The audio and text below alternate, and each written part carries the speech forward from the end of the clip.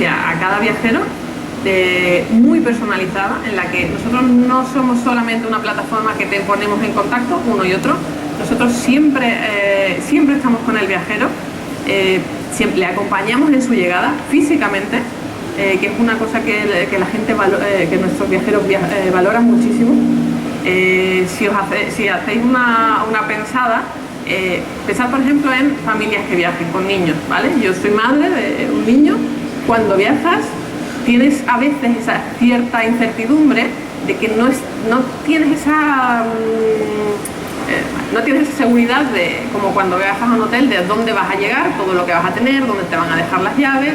Entonces nosotros somos muy conscientes de toda esta problemática. La hemos resuelto. Esta problemática, como os decía, se incrementa más si encima viajas con niños, por ejemplo.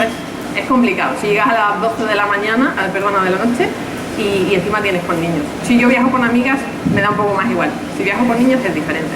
Entonces nosotros nos hemos centrado, BMate, en atacar este modelo y proporcionarle a ese tipo de viajeros todo lo que necesita. Es decir, combinar lo bueno de un apartamento con todos los servicios que a todos nos encantan de un hotel. Porque a nosotros nos encanta, ¿por qué no?, estar en un hotel, salir a hacer turismo y volver y que la cama está hecha o que todo esté recogido, ¿no?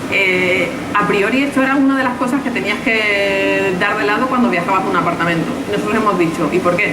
Tengamos todo junto. Básicamente lo que hizo Quique fue, si no puedes con ellos, únete. Básicamente. Y uniendo, además, innovó el modelo de AlterKeys. Eso es. Y de alguna manera innovó también el modelo de Roommate. Claro, y además es el perfecto ejemplo, yo creo, para esta mesa. Siempre nos preguntan, oye, modelo de economía colaborativa, unos, otros. Es que yo, personalmente, tengo muy claro que no es ni unos ni otros. O sea, hay un modelo intermedio, todo tiene que estar bien pensado, bien regulado, lo vamos a ver aquí seguro, pero no tiene por qué ser una cosa u otra. Siempre hay un punto intermedio, y yo creo que aquí BMate es el ejemplo exacto para esto. Genial. No encontró un tren, no encontraba avión, se puso en contacto con alguien y dijo, oye, ¿por qué no montó esto? ¿No? ¿Por qué no creó una plataforma en la que la gente pueda hablar y pueda compartir el coche y encima de repente se pueden conocer y se pueden caer bien? ¿Cómo surgió BlaBlaCar y cuál es el modelo de negocio de BlaBlaCar?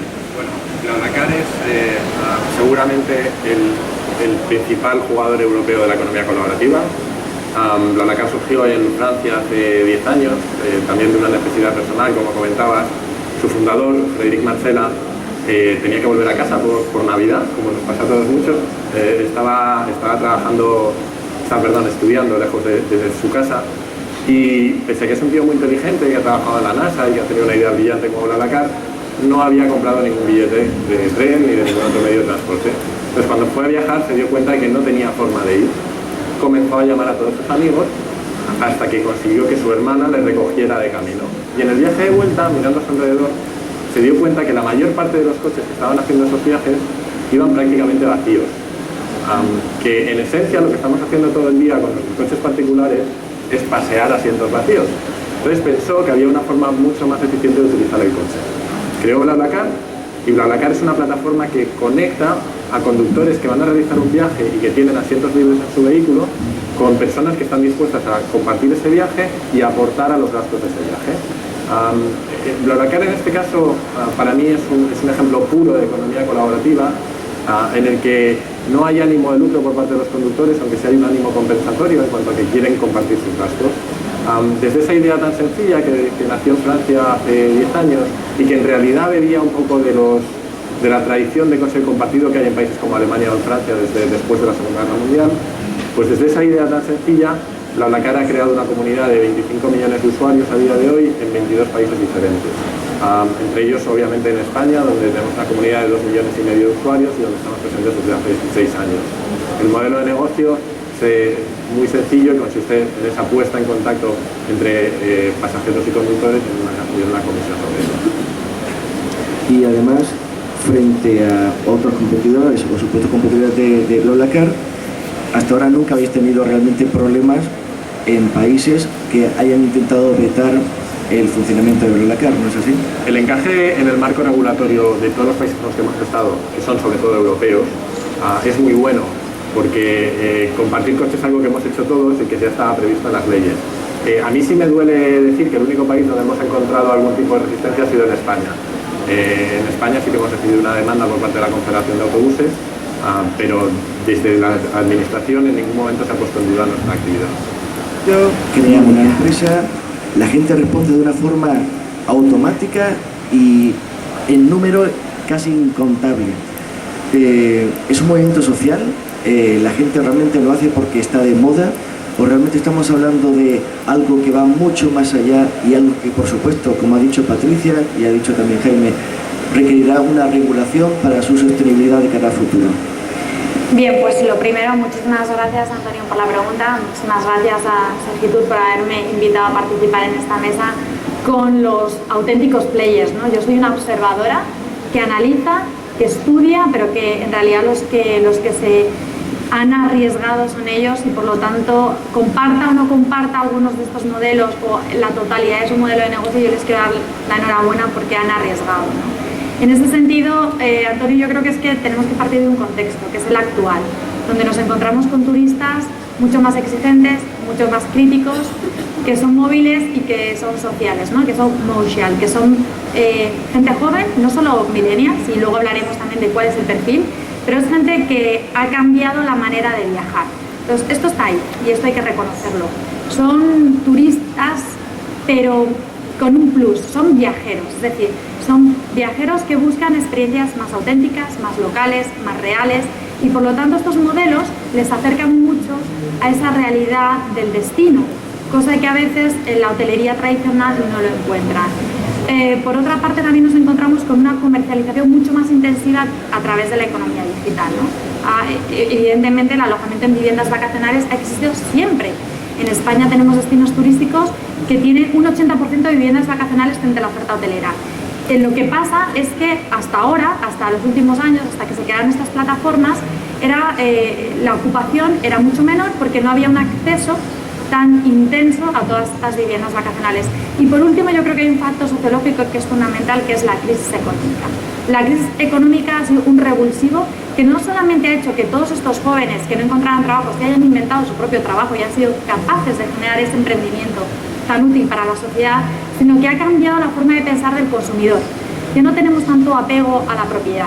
Ahora queremos compartir, no necesitamos poseer. Yo no soy tan joven como ellos, pero sí que soy de una generación donde ya no tenemos esa necesidad de la posesión, sino lo que queremos es acceder a un montón de cosas que no nos podemos comprar. Por eso a mí me gusta mucho cuando se define la economía colaborativa como economía de acceso, frente a la economía tradicional de la propiedad. Porque esto es una realidad. Y a mí me parece que estos 4 factores hacen que este fenómeno haya venido para quedarse. Porque no podemos, por mucho que nos opongamos, y yo no quiero defender aquí la postura de la empresa turística arreglada tradicional, sino quiero un poco poner sobre la mesa la situación en la que nos encontramos. Entonces, no es que nos tengamos que negar porque sea una moda pasajera, y además yo tengo muchísimo análisis empírico a través de cuestionarios, entrevistas en profundidad a todos los actores, y todos coinciden, pero todos los grandes representantes del sector turístico, que no es una moda pasajera, que es un fenómeno, pero que es un fenómeno sociológico fundamentado en estos elementos. Entonces, si me preguntas que qué hacemos con ellos, pues hay que marcar unas reglas del juego justas para que el sector turístico español tenga la competitividad necesaria como para permitir estos modelos que aportan muchísimo valor al modelo turístico, porque aportan muchísimo a nuevas demandas que dejaríamos de tenerlas si no ofreciéramos esta oferta, pero hay que definir las reglas del juego, hay que equilibrar. Lo que no se puede es someter a la sector tradicional, por ejemplo, de la hotelería, a una hipertensión regulatoria como la que está sometida y que nuevos modelos surjan con regulaciones muy laxas. Por lo tanto, hay que, en primer lugar, aceptar que esto existe. En segundo lugar, yo creo que hay que tener una voluntad política en todos los niveles, y luego, si me permites, me gustaría explicar qué tiene que hacer el Estado, qué tiene que hacer la comunidad autónoma y qué tiene que hacer el ayuntamiento, pero hay que tener una visión a largo plazo, a medio a largo plazo, no cortoplacista ni electoralista, que esto es algo que hemos sufrido muchos de los que estamos aquí a la hora de abordar estas regulaciones. Hay que tener una visión política a largo plazo, hay que coordinarse entre todas las administraciones, hay que estudiar y reconocer el fenómeno, hay que definir, que hay mucha indefinición y se mezclan continuamente conceptos, y a partir de ahí hay que generar una regulación justa, flexible, pero también de posible cumplimiento. Es decir, lo que no podemos es tratar de generar regulaciones que no van a servir para nada porque no van a hacer que aflore esa oferta que no es economía sumergida y que no es ilegal, que es alegal, y que por lo tanto tiene que salir, tiene que regularse, tiene que fiscalizarse y que todos compitan en igualdad de condiciones, siempre con el paraguas de la ley de unidad de mercado y siempre en un entorno de libre competencia. Si conseguimos que todo esto se consensue, yo creo que seremos capaces de tener una de las mejores regulaciones a nivel mundial, porque lo real, y esto nos lo puede comentar Ángel, que está presente prácticamente en todos los países, creo que menos en Corea, en Siria y en Irán. Menos en Corea del Norte y los países con problemas. Efectivamente, pues yo creo que España se merece, como líder en turismo, tener la mejor regulación del peer-to-peer. O sea, yo no hablo ya de economía colaborativa, no quiero hablar de esos conceptos. Quiero hablar de regulación del fenómeno del P2P en el alojamiento o en el transporte turístico español. Y creo que España, como líder en turismo y como país que apuesta por ser el más competitivo, tiene que tener la mejor legislación. Si queréis luego lo abordamos. Pero bueno, yo quería contextualizar y dar una visión general de cómo veo el tema. Quique Sarrasola, cuando planteaba crear BMate, BlaBlaCar, todos han venido y todos han dicho, oye, yo quiero trabajar, quiero dejar de ser alegal, quiero ser legal, necesito una regulación. Desde el principio siempre fue así. La Secretaría de Todo lo vio clarísimo y dijo, pues efectivamente no es algo pasajero, es algo que está para quedarse. ¿Cómo funciona eso en otros países? Por ejemplo, Airbnb. ¿Qué respuesta han dado otros países? Por ejemplo, yo sé que España es uno de vuestros principales mercados a nivel internacional, pero en otros mercados importantes, ¿qué están haciendo? Es difícil resumir en pocas palabras. Yo diría que en otros países, y desgraciadamente en España aún no estamos en ese momento, lo que se está entendiendo es Airbnb como fenómeno global, como fenómeno innovador que va más allá de lo que decíamos de una moda pasajera, pero también de un fenómeno económico puntual.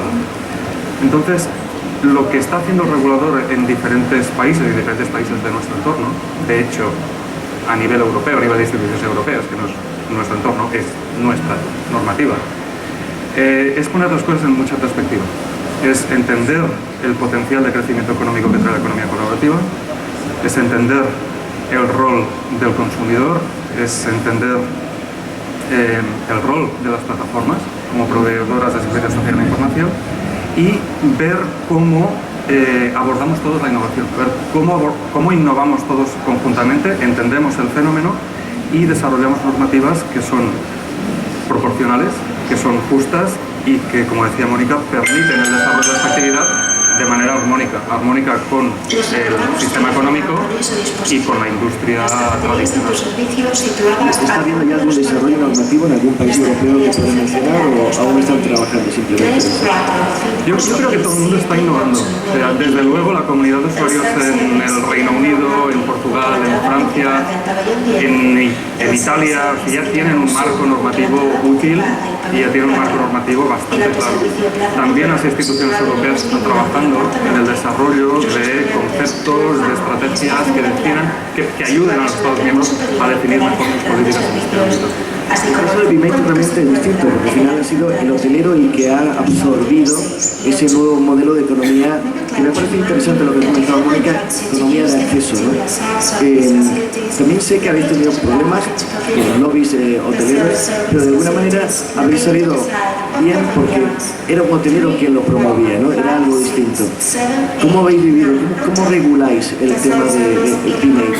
Bueno, nosotros intentamos siempre tomar una parte muy activa en los organismos de regulación, porque venimos del sector hotelero, somos muy conscientes de que es necesario jugar con reglas, con unas reglas justas. Esto no quiere decir, por cierto, que a lo mejor tenemos que regular si los hoteleros quieren demasiadas reglas. No se trata de que todos tengamos 1000, sino de que todos tengamos las justas necesarias, ¿no?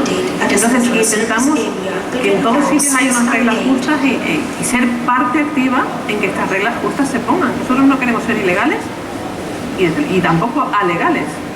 Queremos ser perfectamente legales en cada destino en el que estamos.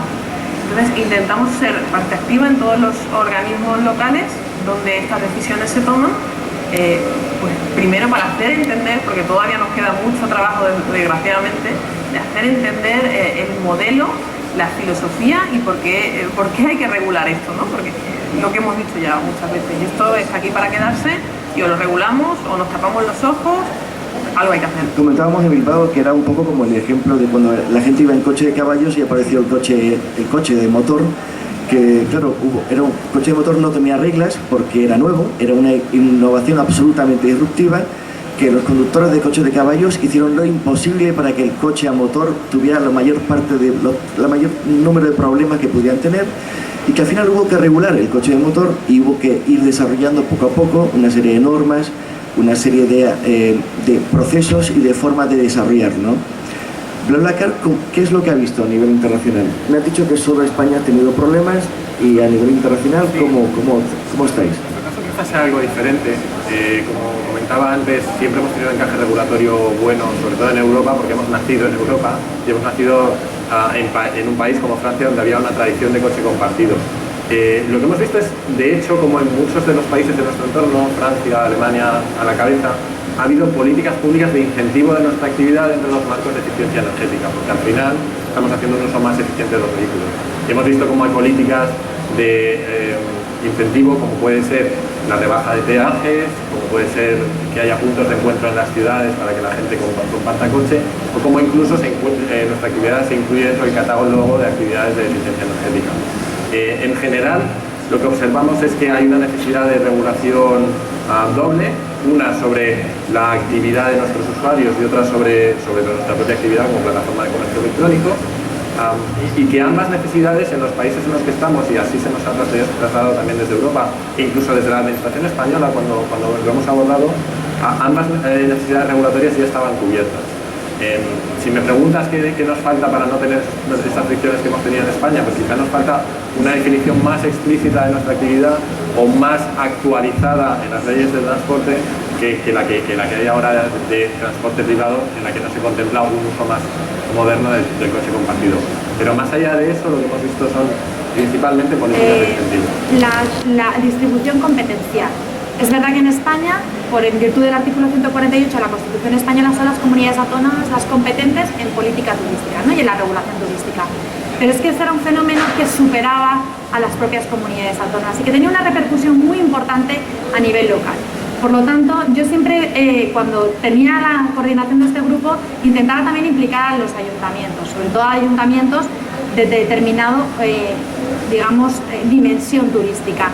Por lo tanto, yo creo que el problema ha sido que ha habido muchas administraciones implicadas que no están coordinadas, que a veces la cooperación público-pública no es tan buena como parece, que a veces nos encontramos en los diferentes niveles, diferentes grupos políticos, que los plazos electorales son complicados y complican más el fenómeno regulatorio. Entonces, por dichas vicisitudes no fuimos capaces de llegar a un consenso. También es verdad que las realidades de las comunidades autónomas son muy dispares, no se puede comparar La Rioja con Canarias. Las necesidades de Madrid no son las mismas que puede tener Galicia. Por lo tanto, también buscar una regulación estrictamente homogénea era imposible. O sea, nos encontramos con muchos obstáculos que siguen existiendo. En la actualidad, si no recuerdo mal, las únicas comunidades autónomas que tienen una legislación vigente que regula este fenómeno son Madrid, Cataluña, Canarias y Valencia. Otras están en procesos, otras tienen regulaciones parciales, pero puras diríamos que son estas comunidades. Baleares también lo tiene regulado de una determinada manera, Aragón, pero no abordan el fenómeno de una manera compleja y completa, integral. Por lo tanto, yo creo que el problema es que hay que sentarse, hay que hablar, hay que reconocer, como decía, el proceso, el fenómeno y las definiciones de cada uno de los modelos, y entonces definir competencias o obligaciones competenciales.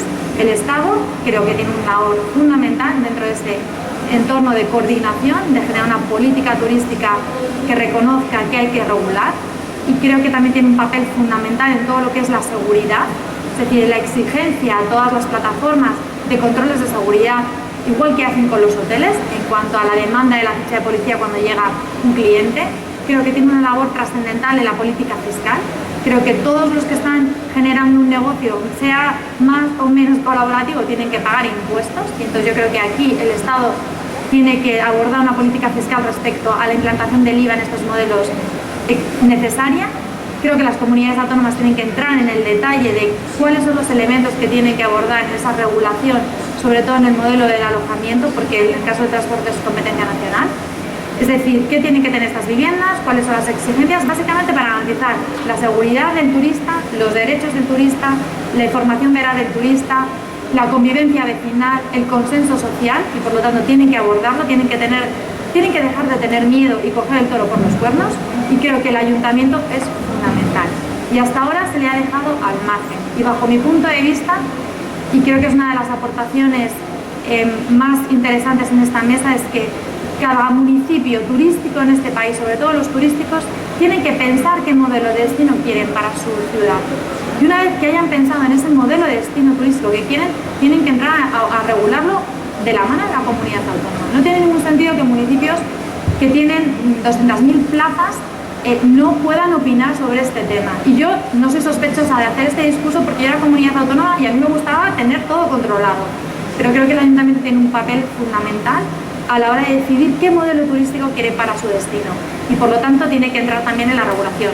Tiene que entrar en otorgar licencias cuando ya haya una regulación previa a la comunidad autónoma que ha marcado el entorno regulatorio, y también tienen que entrar a la hora de definir zonas y planeamientos urbanísticos que fomenten este modelo, que no es malo, insisto, que yo no quiero aquí hacer un discurso contrario a la economía colaborativa. En determinados lugares, en determinados momentos, para determinados públicos, es muy importante, muy interesante, muy competitivo y puede generar mucho valor, pero hay que definir también zonas, hay que decir dónde en nuestro territorio necesitamos este modelo o dónde por una saturación de oferta hotelera es contrario a la planificación de destino. Y por lo tanto creo que todos tenemos algo que opinar. Creo que es importantísimo el papel de las asociaciones, creo que está muy debilitado en el mundo de la economía colaborativa. Necesitamos igual más lobby para contrarrestar el lobby del sector tradicional, y entre todos yo creo que si nos sentamos a hablar podemos llegar a consensos. Me imagino eso de que hay zonas que por regulación se prohíba a Airbnb tener apartamentos porque hay muchos hoteles. No creo que te guste, ¿no? No es que ni me gusta ni no me gusta. O sea, hay muchos, en la visión general estoy completamente de acuerdo. O sea, Airbnb quiere una regulación proporcionada, Airbnb quiere una regulación armoniosa, Airbnb pide una regulación que aclare el marco jurídico para sus usuarios. Lo que sí me gustaría, al hilo de lo que comentaba Mónica, que ha comentado muchísimas cosas muy rápido, y sí que me gustaría detenerme en la necesidad de que todos estos diferentes niveles de gobierno, todos estos diferentes niveles administrativos estén perfectamente coordinados para que la disparidad de normativa no se convierta en un límite para la actividad. Y en esto me gustaría poner la Directiva de Servicios de la Unión Europea como referencia básica. No puede pasar que la normativa combinada de un ayuntamiento, una comunidad autónoma con el gobierno nacional cree condiciones que sean discriminatorias respecto a ciudadanos de la Unión en una ciudad o en otra ciudad.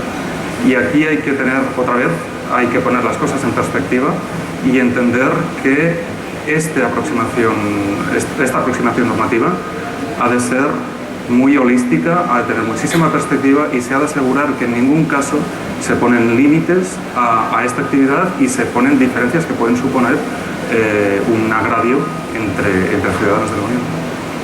Es cabroso y tan áspero la legislación, pero hay que tocar. En nuestro caso hay que tocar. Estamos en Fitur Know-how Expo. Estamos en una zona de innovación, de tecnología, de modelos de negocio que crecen y que evolucionan. Alterkey evolucionó. Alterkey se unió con Roommate y creó BeMate y cambió el modelo y le dio valor. ¿Cómo veis BlaBlaCar y Airbnb una posible evolución del modelo? ¿Cómo veis el futuro?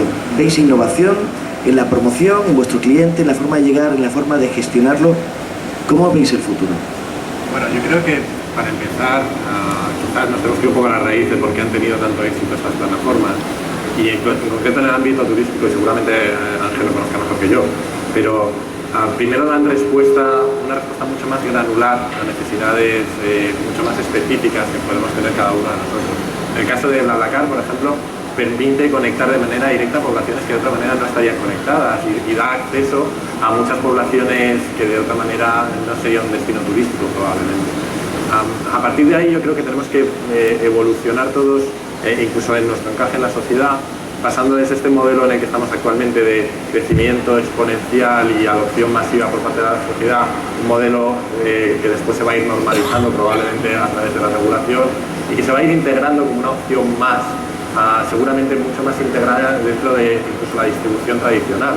Yo creo que en el futuro veremos cómo se crearán paquetes vacacionales que combinen economía llamada colaborativa con la economía más de un formato más tradicional.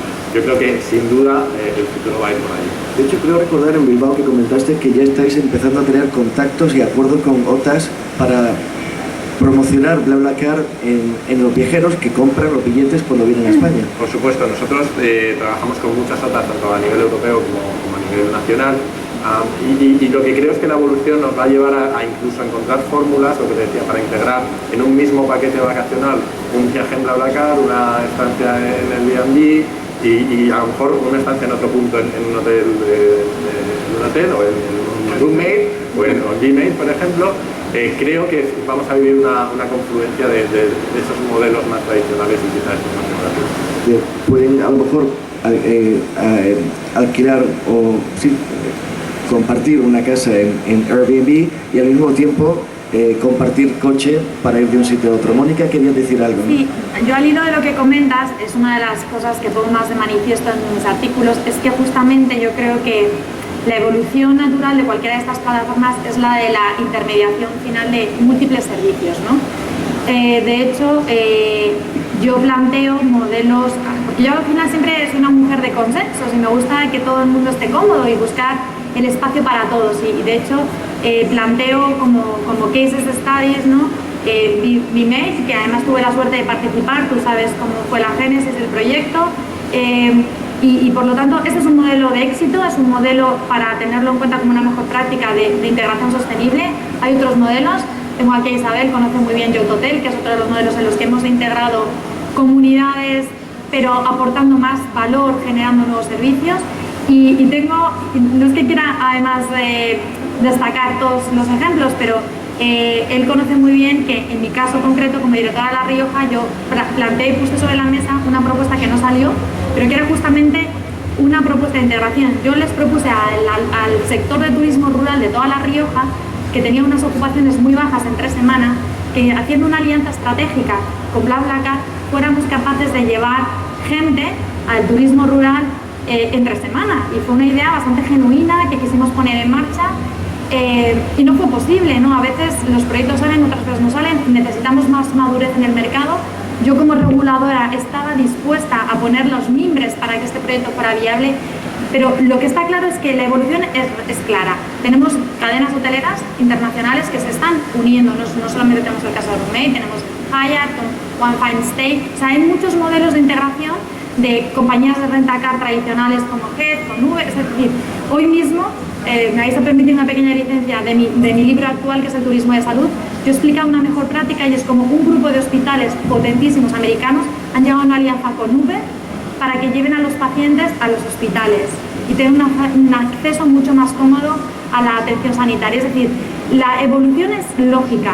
Por eso una de las reivindicaciones que yo hago cuando hablo de regulación es que si al final todas estas plataformas se van a convertir tarde o temprano en OTAs, deberían estar sometidas a una regulación como las OTAs. Y con eso dejo el debate abierto.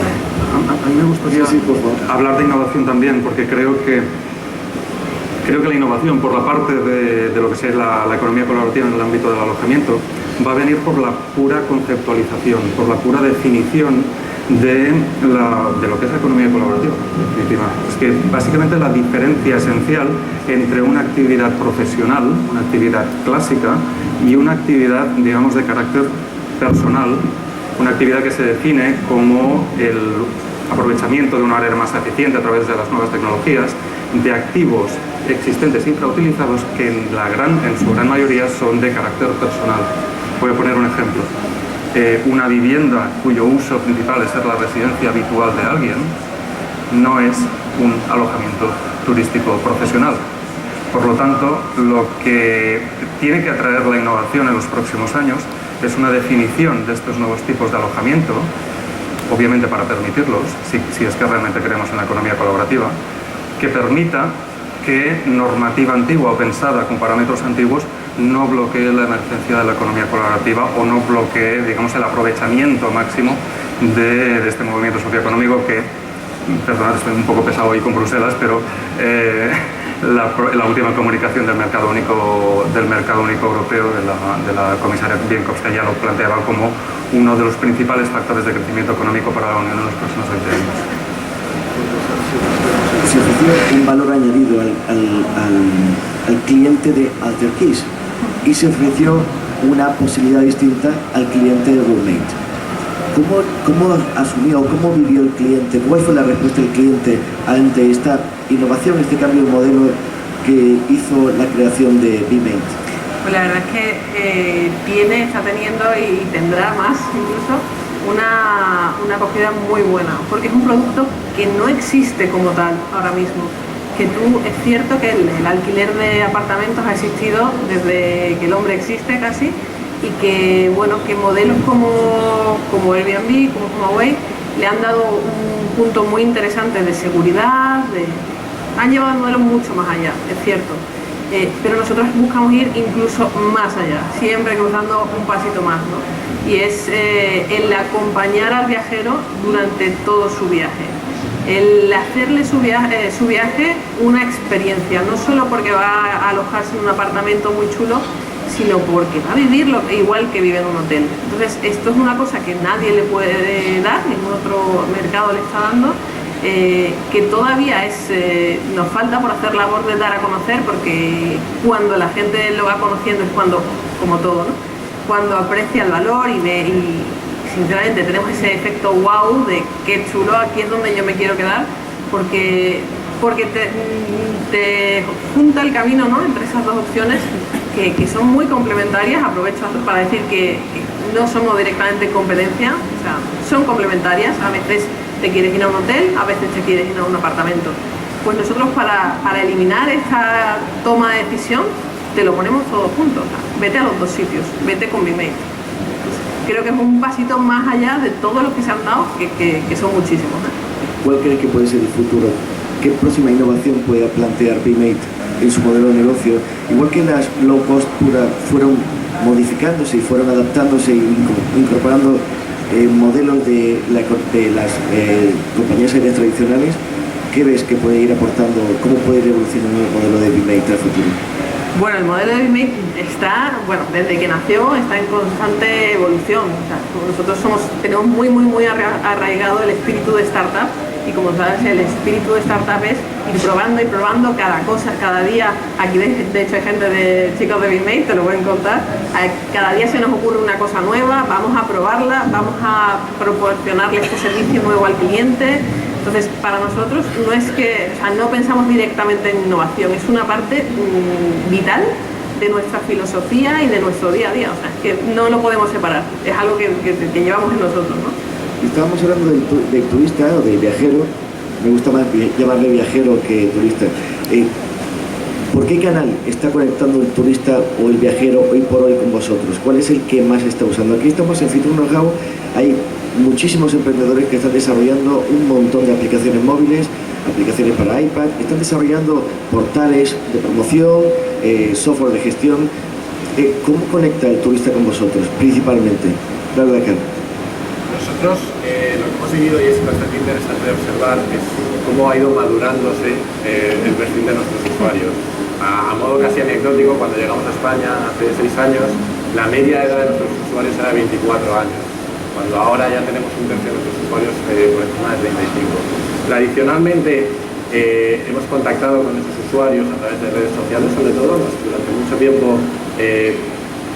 Facebook fue uno de nuestros principales canales de marketing, aunque también es cierto, y me imagino que será cierto para los demás modelos, que el boca a boca en servicios tan sociales es el principal canal de prescripción y de crecimiento. Y lo que estamos viendo es como a medida que la base de nuestros usuarios, la edad de la base de nuestros usuarios va madurando, tendemos a utilizar canales de contacto, canales de marketing mucho más tradicionales, como puede ser incluso la televisión. Sin embargo, sí es cierto que si pensamos en el servicio de BlaBlaCar, en el que no deja de ser 4 personas metidas en un coche, el boca a boca va a seguir siendo tremendamente viral y va a seguir siendo tremendamente importante para nosotros. Yo creo que un dato por nuestra parte que denota que la economía colaborativa es algo más que un modelo de negocio, que un par de modelos de negocio, es el hecho que el 80% del crecimiento del Airbnb es orgánico. No se explica por ningún tipo de esfuerzo en marketing, en absoluto.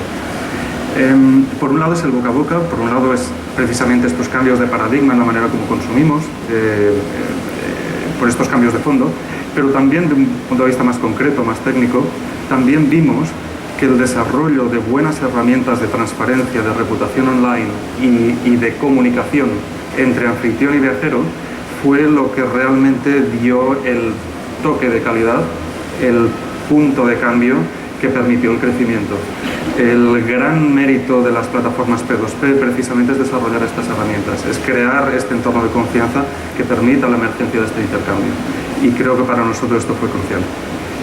Sí, yo al hilo bueno, me encantaría contaros un montón de cosas, ¿no? que he leído, que he visto, que tratar de poner. Comparte conocimiento.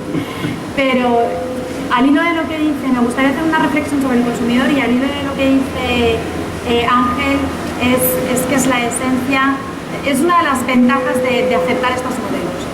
Nos puede hacer mejorar muchísimo la calidad de nuestra oferta turística, porque se fundamenta tanto en la reputación online, que es la moneda de confianza de estos modelos, que realmente exige a los establecimientos a mejorar día a día, porque el usuario consumidor no va a buscar un folleto, no va a buscar un material gráfico promocional tradicional, sino que se va a remitir a las opiniones de los consumidores. Por lo tanto, una de las bonanzas de estos modelos digitales del P2P es que exigen una calidad continua, una mejora continua en la calidad. Y por lo tanto yo creo que hay que ponerlo en valor y no siempre hablar de los efectos negativos, sino de los efectos también positivos de estos modelos.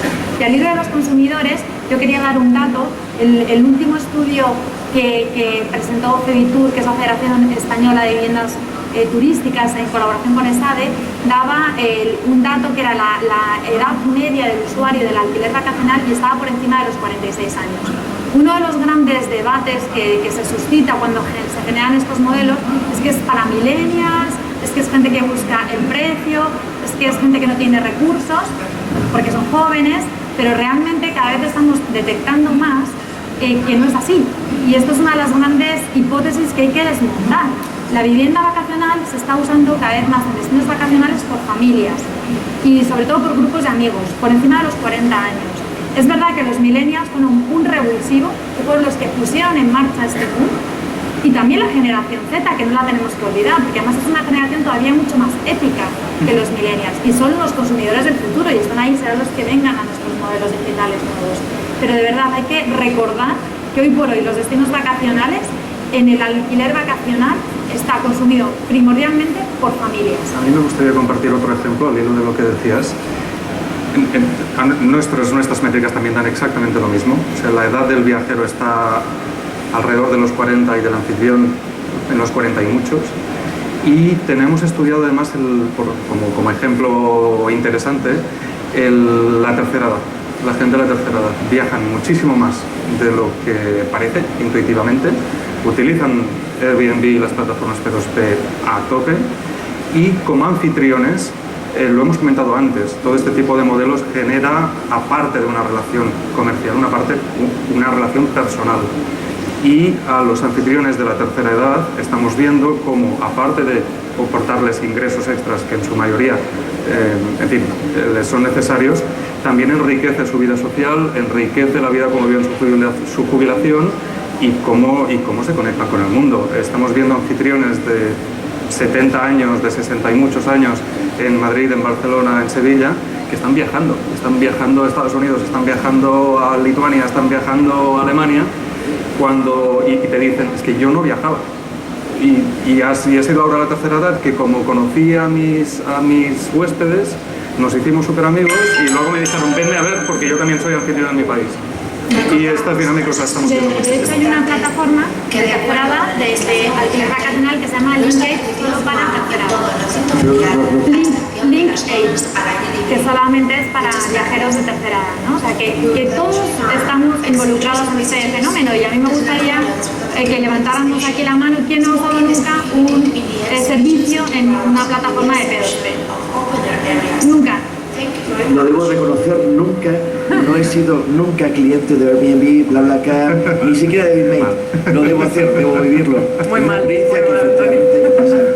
Y creo que me servirá muchísimo para aprender de una forma real cómo se vive esa experiencia distinta que es la que ofrece un Airbnb o un BitMate, o incluso recuerdo que uno de los fundadores de BlaBlaCar me contaba que se estaba utilizando muchas veces BlaBlaCar por extranjeros para hacer trayectos en España, para poder hablar con españoles y practicar el idioma también y conocer más el país. O sea, este fenómeno quizá tan social, tan de compartir, no tanto un objeto, compartir experiencias y compartir emociones y compartir cultura, quizás sea una de las partes que yo creo que enriquece más al viajero que utiliza este tipo de... ¿Mónica? Estoy totalmente de acuerdo contigo. Yo la primera vez que usé BlaBlaCar hice un grupo de chat de WhatsApp con los que había compartido, nos hemos hecho amigos y eso es un valor que a veces a mí me cuesta mucho explicarlo a los players, ¿no?, de la economía tradicional, el valor de la relación humana, ¿no? Eso es un intangible, pero está ahí y también forma parte del core de estas empresas. Y vuelvo a lo de antes, ya no somos turistas, somos viajeros, queremos conocer gente, queremos vivir como los locales, es que eso es muy importante y además los jóvenes somos más éticos, la crisis nos ha cambiado la manera de pensar y como a mí me gusta muchas veces decir en estas ponencias, tendemos a una sociedad más generosa. Esto tiene que quedar ahí, ¿sabes?, como un mensaje. Y estas plataformas ayudan a generar esas sociedades más generosas. Sí que es cierto que el valor-precio, a ver si se ve, tuvo un cierto impacto al principio cuando surgieron todas estas plataformas. O sea, no creo que haya que negarlo ni que pues claro que sí, es verdad que mucha gente, la primera vez que, sinceramente, que probé BlaBlaCar, fue porque dije, primero porque también quería probarlo y tal, pues dije, es que también es mucho más barato que comprar billetes y además fue un servicio nuevo. Pues creo que sí, que en cierta medida sí que la crisis, el tema precio, ayudó a que todos nosotros nos diéramos un poquito a conocer, exposición, pero es verdad que cuando lo pruebas, o sea, el precio es lo de menos. Y la gente, a nosotros, a mí y estoy seguro que a ninguno de los que estamos aquí, la mayoría ya no vienen por el precio, vienen por la experiencia, por lo que van a vivir contigo y por la experiencia. No, ya dejan de buscar el precio. El precio, cada vez que me dicen la gente va a ti por precio, no, eso es porque no lo ha probado. Hay que desmontar también la teoría del precio. Que ahora mismo BlaBlaCar, datos de Acintra, con todos los respetos, en trayecto Madrid-Barcelona es un 5%, un 10% más caro que un billete regular de una línea de autobuses. Es decir, BlaBlaCar no es más barato, es más caro, pero da otro valor añadido, ¿no? Esa amistad, ese compartir, ese que se te haga tan corto el viaje que no te des cuenta, esas son realidades que, bueno, que también se tienen que monetizar. Patricia, has dicho que No, al hilo de lo que se comentaba, estamos en un mundo en que se viaja más que nunca, en que se accede a la información más que nunca, en que tenemos muchas más herramientas para interconectar con nosotros y sencillamente todas estas tecnologías, todos estos modelos de negocio se están adaptando mejor que nadie a estas dinámicas. Efectivamente, la gente está buscando una experiencia diferente, una experiencia complementaria. Hay viajero de hotel, hay viajero de vivienda turística, hay viajero de home sharing, hay viajero de todo tipo. Pero lo que sí que vemos es que la gente y las nuevas generaciones está buscando algo diferente en los destinos. Está buscando conocer el destino con toda otra profundidad. Justo antes de entrar, teníamos una conversación con una persona aquí en Fitur que decía, no, es que mis hijos a los 20 años han estado en más países de los que he estado yo hasta ahora. Y esto es cierto. Y en todas estas dinámicas, pues la flexibilidad que aportan las nuevas tecnologías y que está aportando la economía colaborativa no solo es una cuestión práctica, es una cuestión cultural. Sí, para ahondar un poquito en esos atributos que tiene la economía colaborativa más allá del precio, la experiencia sin duda es clave, pero también tenemos que pensar que vivimos en un mundo en el que cada vez la oferta de cualquier cosa que podamos consumir es más personalizada y la economía colaborativa ofrece una mucha mayor flexibilidad, ofrece flexibilidad de alojarte en el punto exacto de la ciudad donde quieras o de viajar a la ciudad a la que tú quieras en el horario en el que tú quieras, a la parte de conveniencia, o incluso en países, nosotros lo hemos vivido en India, en países donde somos ahí, nuestro posicionamiento en precio es incluso más caro que el transporte tradicional, pero es que está saturado el transporte tradicional y allí somos una opción que hace viable viajar. Es decir, la economía colaborativa permite desbloquear partes del mercado que no estaban bien atendidas antes, no solo por precio. Yo creo que esa es parte del éxito que tiene. Habéis respondido a una necesidad que existía. Es una plataforma de usted que lo que hace es poner en contacto, prestar servicios social de la información para poner en contacto a los particulares. Y nada más que esto. Y no estamos integrados ni con nadie, ni tenemos previsión de integrarnos con nadie. Generamos esta comunidad de usuarios y lo que hacemos es adaptar la herramienta tecnológica para prestar el máximo de servicio a los usuarios que interactúan entre sí. En términos de garantías, por ejemplo, aparte de todos los mecanismos que he mencionado hasta ahora, también hay un servicio de 24 horas que permite seguir la relación y hacer imposible que tanto anfitrión como viajeros estén solos. O sea, siempre la plataforma acompaña la relación, aparte de un sistema de garantías y de seguros que protege a los consumidores. Yo te explico, perdona, en nuestro caso también contamos con servicio, por supuesto, 24 horas. Como comentaba antes, nosotros nos encargamos del viajero desde que hace su reserva hasta que se ha ido, es decir, le recibimos en persona, le llamamos, incluso le mandamos un WhatsApp la primera noche, oye, ¿qué tal has dormido? Nos encargamos en todos los sentidos. Pero incluso, porque esto puede pasar, y esto es una pregunta que también nos hacen, oye, ¿y si al propietario se le rompen las tuberías y se le inunda el piso? Pues de hecho también nos ha pasado. ¿Qué hacemos en este caso? Bueno, nosotros tenemos, por nuestro modelo, ¿no? Tenemos el respaldo de los hoteles. ¿Qué hacemos? Pues lo realojamos en el hotel. Entonces el viajero puede estar 200% seguro de que en el peor de los casos, a ver, por suerte esto no es una cosa muy normal, que se rompan las tuberías, tiene un hotel detrás esperándole, que le va a recibir, que le va a dar todo el servicio, que no se va a tener que preocupar de nada, y esto sinceramente es el punto más fuerte y que mejor recibida tiene por los viajeros que buscan cierto nivel de seguridad en el alojamiento. Sí, bueno, yo quería decir, al hilo de la pregunta sobre la responsabilidad, y porque como esta mesa es demasiado colaborativa, para poner un poco de nota de discusión, porque normalmente en estos foros siempre hay discusión, yo voy a ser un poco polémica. Yo sí que creo que hay que hacer una revisión de la regulación sobre la directiva europea, y no coincido con Ángel en este sentido, sobre la sociedad de la información y el comercio electrónico, que dice que los marketplaces no son responsables, en su artículo 14, de los contenidos que publican, porque son simplemente puntos de encuentro entre consumidores y proveedores. Bajo mi punto de vista, creo que esta directiva se tiene que modificar y, por lo tanto, la traslación al ordenamiento jurídico español en el artículo 16 de la Ley de la Sociedad de la Información, porque yo creo que no hay tal neutralidad. Yo creo que tienen que asumir todavía una mayor responsabilidad por una sencilla razón, y es que las autonomías, los organismos nacionales, no son capaces, no tienen servicios de inspección, de control tan potentes como para revisar una oferta que ahora mismo en España tenemos 2,7 millones de plazas de viviendas vacacionales frente a 2,4 millones de plazas de oferta arreglada. No existe administración en ningún lugar que pueda controlar esa oferta. Por lo tanto, en ese sentido, las plataformas sí que tienen que hacer un control ex ante y tienen que hacerse responsables y no son neutras, y hay que modificar el artículo 16 de la Ley de la Sociedad de la Información. Yo discrepo con Mónica directamente. En otros sitios sí que las administraciones están haciéndolo. Se trata de aprovechar el marco jurídico existente europeo, que ya lo aceptan todos los Estados miembros. El Parlamento Europeo el lunes aprobó un informe sobre el mercado digital único, en que decían que la normativa de e-commerce, la directiva de e-commerce, es suficiente para desarrollar, no solamente es suficiente para desarrollar la economía colaborativa, sino que los Estados miembros no deberían poner obstáculos para el desarrollo de esta industria. Por un lado esto, y por otro lado, en casos como Francia, como el Reino Unido, como Holanda, se está estudiando el marco existente para que las administraciones asuman su rol, los usuarios asuman su rol y las plataformas asuman su rol.